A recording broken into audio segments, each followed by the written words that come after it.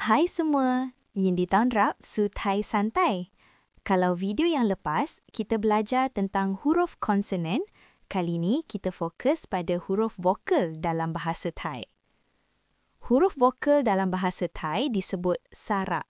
Dalam alfabet Thai ada 32 huruf vokal yang terbahagi kepada dua bentuk, iaitu sarak siang san, vokal pendek, sarak siang yao, vokal panjang.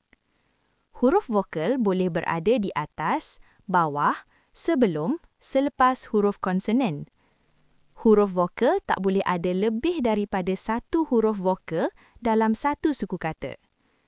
Huruf vokal terdiri daripada 18 huruf vokal tunggal, 6 huruf vokal diftong dan 8 vokal tambahan.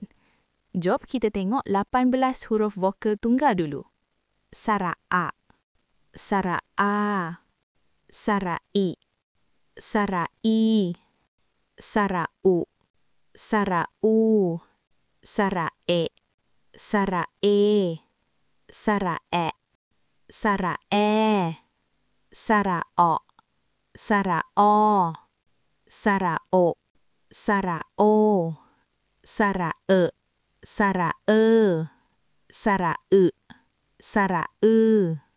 Kemudian, 6 huruf diftom.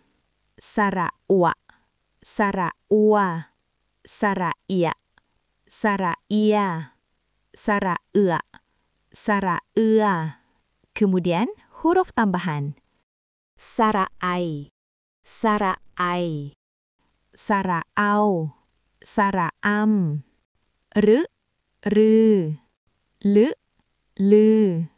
Dua huruf ni tak digunakan lagi, hanya sekadar tahu saja. Itu sahaja.